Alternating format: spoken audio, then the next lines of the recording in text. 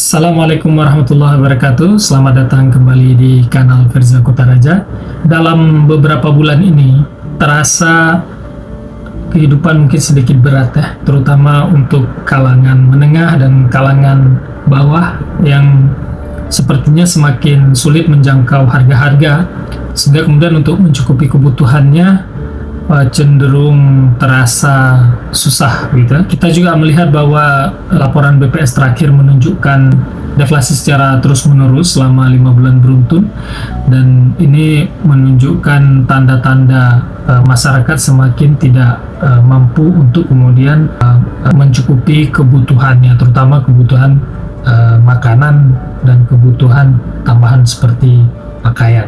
Nah, kita tahu bahwa Indonesia ini menganut anggaran kebijakan defisit, anggaran defisit. Artinya bahwa ada komponen lain yang dijadikan sebagai tumpuan selain dari pendapatan pemerintah sendiri, gitu, selain akumulasi dari pendapatan yang dimiliki, gitu. Artinya di sana ada utang. Nah, kemudian juga kita lihat bahwa saat ini pengelolaan keuangan pemerintah itu sepertinya tidak cukup prudent, banyak digunakan untuk membiayai belanja-belanja yang tidak produktif ya. Pasangan presiden dan wakil presiden baru itu langsung akan berhadapan dengan cicilan hutang yang jatuh tempo pada awal 2025, yaitu nilainya senilai 800 triliun.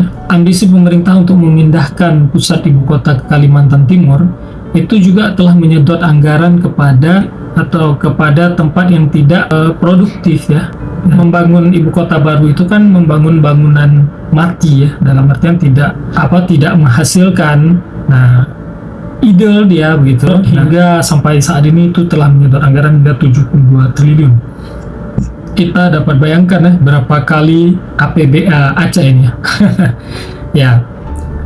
Intinya kalau digunakan pada tempat lain itu lebih produktif ya.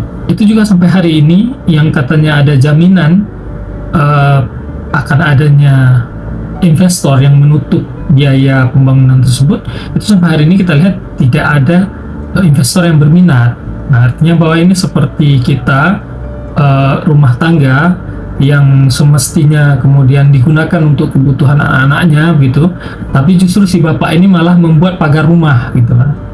Dia berharap bahwa dengan adanya pagar rumah ini, nanti pagar rumah ini kebetulan di tepi jalan itu bisa ditempeli spanduk-spanduk caleg sehingga ada pemasukan untuk dia, atau dijadikan baliho-baliho gitu. Tapi ternyata sampai pagarnya selesai, yang masang tidak ada gitu. Dan anak-anak itu sudah keburu butuh untuk sekolah, butuh untuk makan, dan itu akhirnya tidak tertanggulangi gitu. Nah, kira-kira begitu gambaran yang mudahnya. Nah, kemudian juga kita lihat bahwa ada fenomena yang sangat miris ya di Indonesia, di mana korupsi itu telah menjadi hal yang biasa. Pelaku korupsi ini tidak lagi malu-malu untuk kemudian terlihat. Nah, di Aceh juga begitu, bukan hanya di Indonesia saja. Tapi ini kita cerita secara luas ya, karena kebijakan di Aceh juga terkait dengan kebijakan secara nasional. Ini awal Januari 2024 ya, kemarin Kepala PPATK itu mengungkapkan bahwa 36,67% dana proyek strategis nasional atau PSN itu tidak digunakan untuk pembangunan proyek, melainkan untuk kepentingan, ya kalau tidak untuk kepentingan proyek ya untuk kepentingan lain. Kemudian juga pemerintah mengalami kegagalan, boleh dikatakan begitu, dalam menyerap anggaran bermasalah. Itu sebagai contoh, misalkan anggaran pendidikan itu kan di amanat undang-undang itu 20% dari postur APBN. Nah, ini tidak bisa diserap.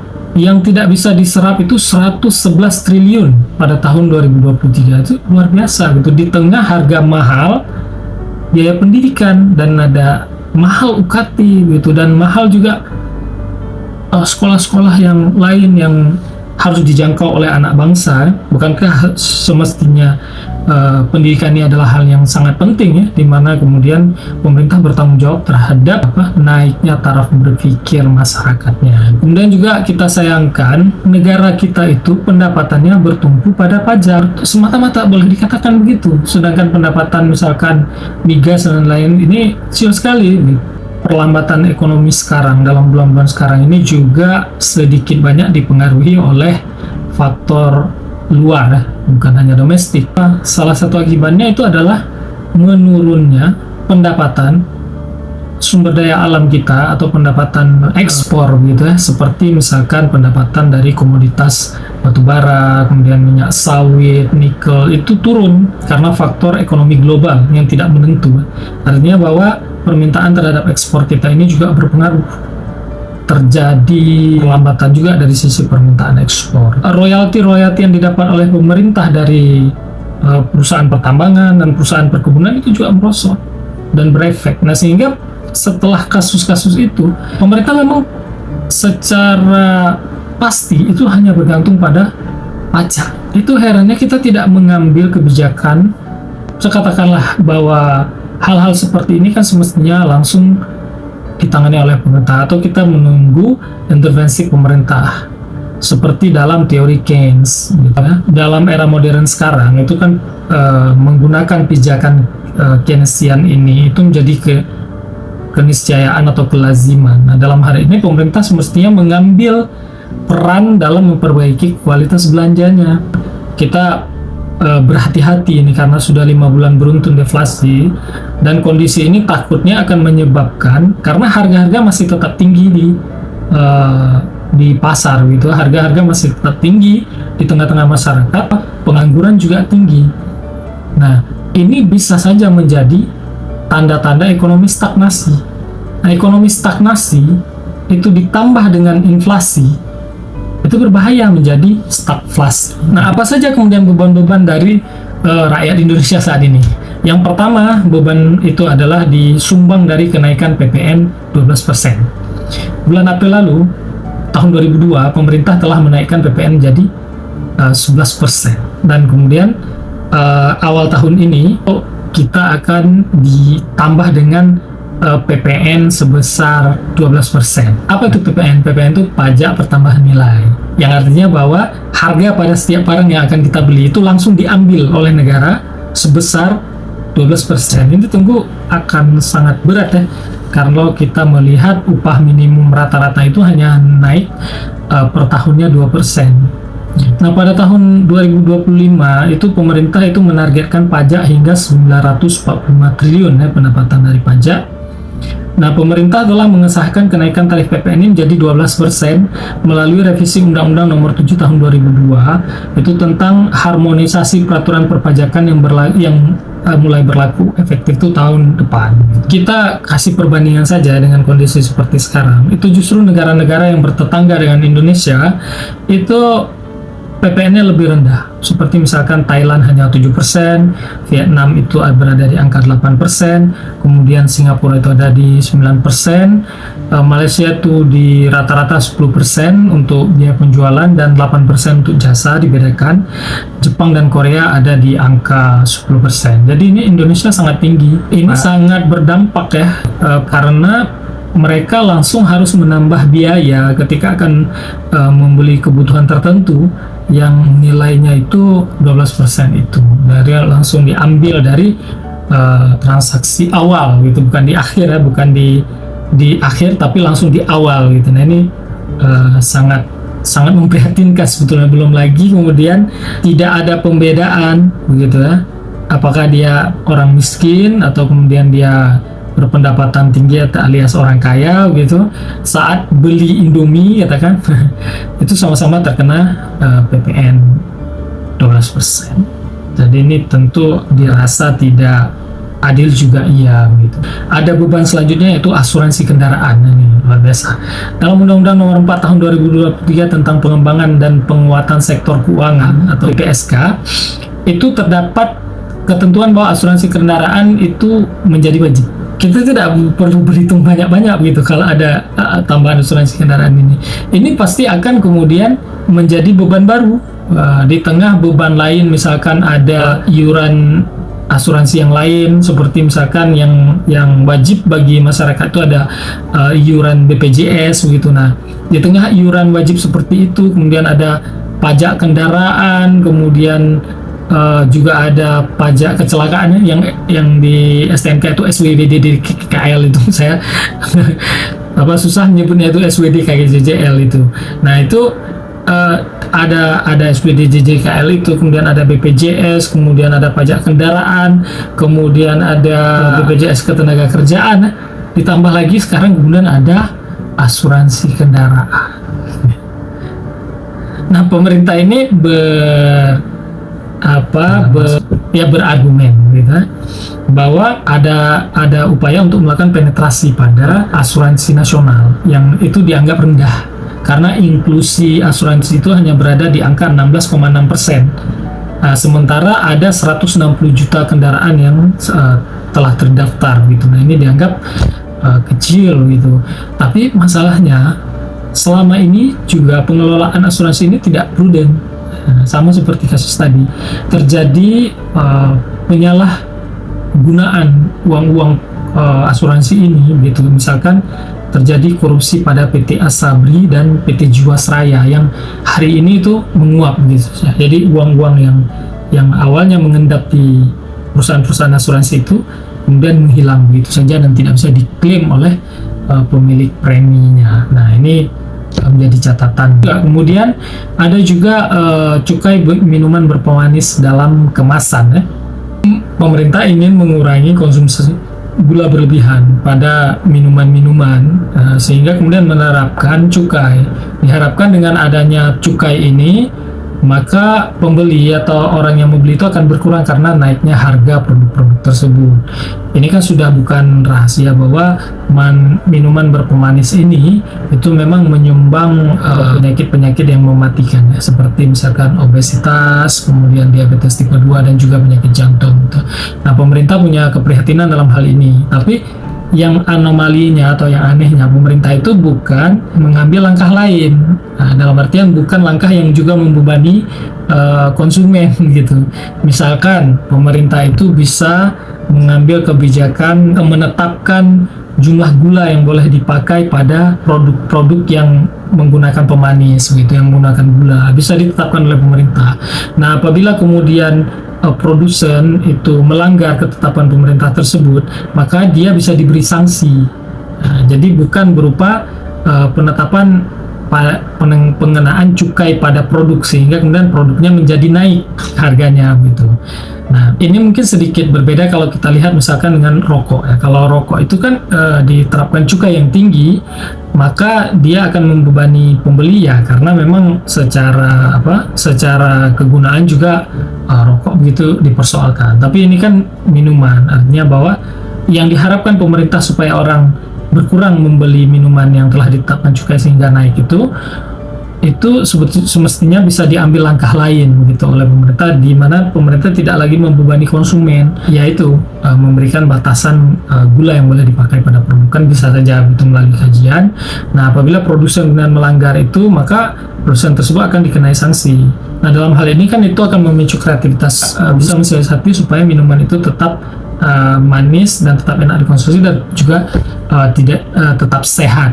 Nilai cukainya itu ditetapkan oleh pemerintah per liter itu dapat berkisar di antara 100, kemudian 2000, 2700 dan sampai dengan 4200 bergantung jenis minuman. Nah, ini juga beban yang akan membebani ya, karena ini pada end user lagi gitu. Nah, selanjutnya itu adalah kemudian kenaikan iuran BPJS. Mengkhawatirkan begitu ya, bagaimana BPJS sekarang itu juga sudah membebani sekian persen dari pendapatan ya, ketika orang mengambil gajian per bulan, lalu kemudian dia sudah terkena potongan-potongan dan akan berlaku mulai 2025. Alasan pemerintah itu karena kalau tidak dinaikkan, pemerintah akan mengalami defisit sebesar 11 triliun pada tahun 2025. Ya, memang defisit 11 triliun itu sangat besar. Nah, pemerintah ingin menyelamatkan defisit tersebut.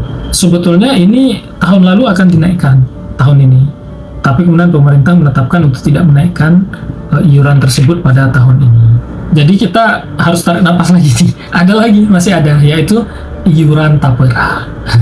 Iuran tapera ini adalah iuran yang mewajibkan pungutan untuk tapera itu, tabungan perumahan rakyat bagi tiap-tiap pekerja ya. Pekerja ini tidak hanya pekerja pemerintah begitu ya. yang namanya pekerja formal, baik pemerintah maupun swastanya akan kena. Nah, yang ditanggung oleh masing-masing orang iuran tapera itu sebesar 2,5% dari pendapatannya. Yang tadi sudah terpotong-potong itu iuran macam-macam itu, dan ada PPN 12 nah yang diambil bawa pulang itu take home pay itu, nah itu terpotong lagi sebesar 2,5% nantinya. Nah bukan hanya itu, kemudian pemberi kerja juga terkena tanggungan sebesar 0,5%. Ini kan sangat tergantung dengan seberapa lama kemudian potongan ini terjadi. Nah, apakah ketika potongan ini kemudian berakhir dengan berakhirnya seseorang tersebut bekerja, apakah memungkinkan dia untuk mendapatkan rumah? Nah, ini kan menjadi pertanyaan gitu. Jadi manfaatnya dengan apa yang dipaksa ini itu menjadi tidak sebanding. Nah, kalau dikatakan itu boleh diambil lagi karena dia bersifat tabungan, tapi kenapa kemudian tabungan ini memaksa? Mestinya tabungan kan tidak memaksa gitu, tidak sebanding dengan yang akan didapatkan. Belum lagi kita lihat bahwa ada kenaikan harga di tiap tahunnya begitu. Ini kan sangat terkait dengan suku bunga pinjaman. Kita ragu-ragu apakah memungkinkan seseorang itu kemudian mendapatkan rumah ketika dia lakukan cicilan. Memang katanya ini tahun saling tolong menolong gitu, tapi banyak hal yang tadi tidak amanah dalam hal pengelolaan uang. Ini kan sangat terkait dengan suku bunga juga pada saat proses pengadaan tersebut ya. Dan kita ketahui bahwa suku bunga pinjaman kita itu lebih rendah dari bunga komersial. Nah, sehingga kemudian ini juga mengganjal. Nah, ya, yang selanjutnya itu adalah pengurangan subsidi BBM. Wah, makin berat-berat terus. Sudahlah kemarin gas itu naik, konsumsi BBM itu juga dikurangi. Maksudnya yang bersubsidi. Nah, mungkin di tempat lain tidak begitu terasa ya, tapi di Aceh kita sudah merasakan pembatasan itu dilakukan melalui barcode, memberikan pembatasan kembali kepada Pertalite dan biosolar. Jadi pemerintah semakin mengurangi subsidi ini. Kita ketahui dari mana? Dari rencana pada era APBN 2025, di mana volume BBM yang bersubsidi itu hanya diusulkan menjadi 19,41 juta kiloliter. Itu tandanya lebih sedikit daripada APBN 2024 yang itu berjumlah 19,58 juta kiloliter. Bagian yang mudah bagi masyarakat yaitu untuk mendapatkan BBM sehingga aktivitas mereka berjalan itu semakin menjadi sulit atau semakin berat karena dia harus keluar biaya tambahan, katakanlah kalau dia kemudian tidak bisa mencukupi seluruh kebutuhan minyak dia dengan subsidi. Otomatis ini kan membebani potongan-potongan tadi yang sudah kita sebutkan di belakang itu. Bahkan mungkin potongan sekarang itu sudah lebih dari 11,5% masing-masing orang ya. Nah, ini akan dibebani lagi dengan tambahan-tambahan seperti ini. Nah, ini tentu akan menyebabkan beban berat di punggung masyarakat, terutama kelas menengah, middle income class, dan yang di bawahnya begitu. Kita juga lihat kemarin laporan BPS juga menyebutkan terjadi penurunan angka kelas menengah ini yang biasanya menjadi topangan ekonomi Indonesia ya. Nah, jadi ini adalah hal yang menjadi beban pikiran masyarakat Indonesia atau beban-beban selanjutnya dari orang-orang termasuk juga orang di Aceh yang telah beraktivitas bekerja dan sebagainya, tapi uang sudah kena potong itu setiap bulan dan akan dihadapkan dengan beban-beban di luar potongan itu lagi. Misalnya harus mencukupkan BBM-nya melalui BBM yang tidak disubsidi katakanlah. Ini tentu semakin berat. Belum lagi seperti tapera tadi yang kita tidak tahu bagaimana mekanisme pastinya karena memang belum ada penjelasan sampai turunannya sampai dengan sekarang. Yang bisa saja dalam kasus tapera ini juga bisa seperti kasus BPJS di mana pungutannya itu akan naik pada periode selanjutnya mengikuti suku bunga, bisa tahun depan atau tahun depannya lagi. Nah, semua kebijakan ini itu zalim ya, karena penduduk Indonesia itu yang masuk kategori miskin struktural saja itu sudah mencapai 15,71. Kemudian tidak aman secara ekonomi itu berada pada angka 43,33%. Dan sisanya yang aman secara ekonomi ini 40,96%. Ada 60% rakyat Indonesia tidak berdaya pada kebutuhan ekonominya. Nah, jadi ini semakin dapat dikatakan semakin menghimpit rakyat. Dan tentu dalam pandangan Islam yang seperti ini itu merupakan kezaliman. Karena bagaimanapun negara adalah pelayan rakyat, atau negara adalah entitas yang kemudian mengelola sumber daya yang ada untuk digunakan pada kemaslahatan rakyat, bukan kemudian berdagang dengan rakyat atau kemudian membebankan beban-beban yang sangat berat dipikul. Dalam logika pajak misalkan ini itu terkena semua. Jadi yang kena itu bukan hanya pihak yang kaya, tapi juga menghantam semua orang. Apakah tidak peduli apakah dia kemudian kaya dan miskin. Ditambah dengan keadaan-keadaan ekonomi global yang tidak menentu dan kemampuan beli kita yang semakin turun dan inflasi yang semakin naik, juga pengangguran yang kita lihat dari hari ke hari melalui pantauan berita bahwa itu semakin hari semakin tinggi pengangguran. Nah, ini sungguh hal yang sangat miris ya. Semoga kemudian pemerintah segera sadar terhadap ini, terhadap kebijakan-kebijakannya yang sangat tidak pro rakyat ini. Dan kemudian ini juga menyalahi syariat, karena undang-undang atau kesepakatan ini itu tidak ada landasan syar'inya, tapi hanya dibuat oleh anggota DPR yang bersepakat menjadikannya undang-undang dan kemudian diberlakukan pada rakyat secara umum tanpa ada kajian-kajian semisal dengan kajian-kajian apakah di dalam Islam hal seperti itu ada, boleh atau bagaimana begitu.